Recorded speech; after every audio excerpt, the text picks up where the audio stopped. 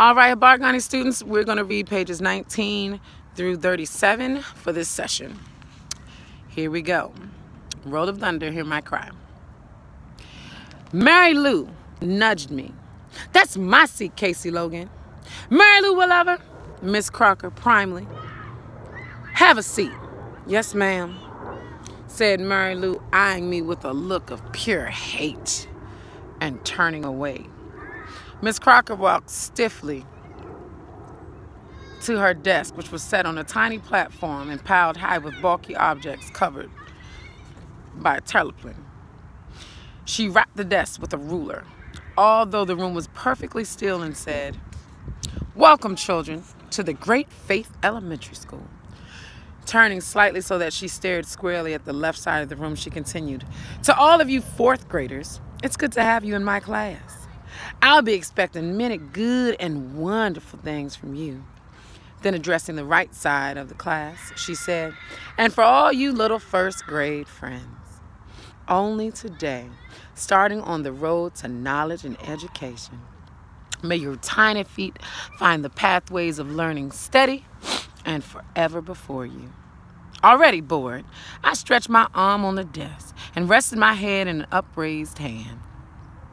Miss Crocker smiled mechanically, then rapped on her desk again. Tap, tap, tap. "Little ones, now," she said, still talking to the first grade, "your teacher, Miss Davis, has been held up. She's been held up in Jackson for a few days, so I'll have the pleasure of sprinkling your little minds with the first rays of knowledge." She beamed down upon them as if she expected them to applaud for that little bit of news. Then the swoop of her large eyes to include the fourth graders, she went on.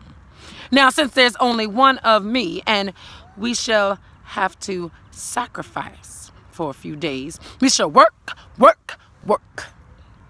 But we shall have to work like little Christian boys and girls."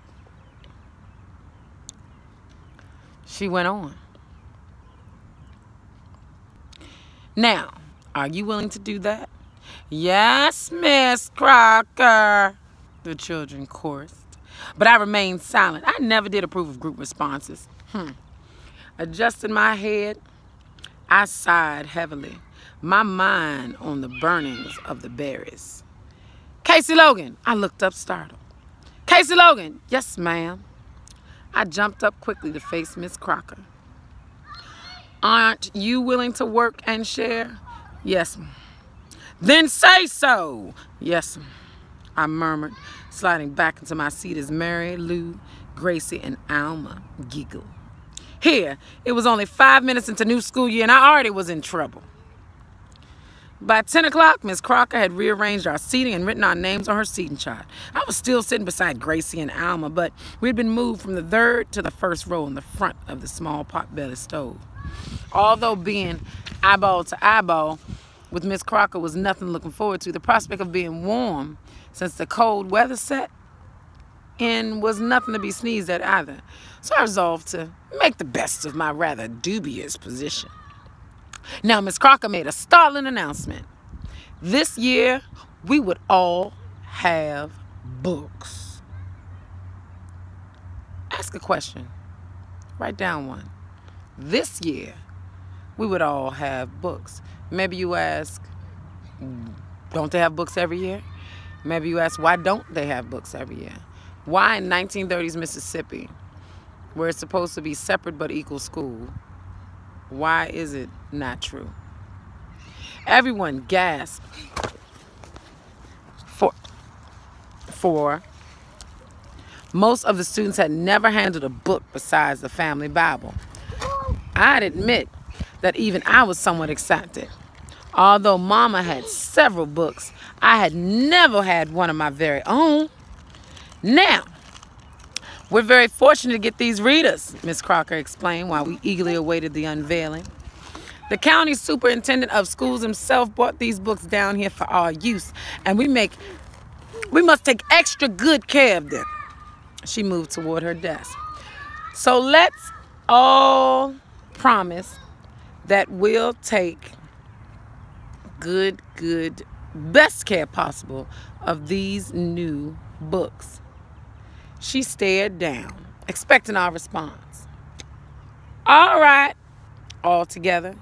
Let's repeat. We promise to take good care of the new books, she said sharply as she spoke. We promise to take good care of the new books. Fine. Miss Crocker beamed and proudly drew back her towelpin.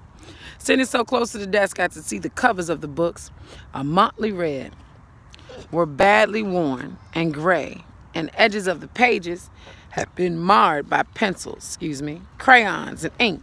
My anticipation had my own book ebbed. It ebbed to a sinking disappointment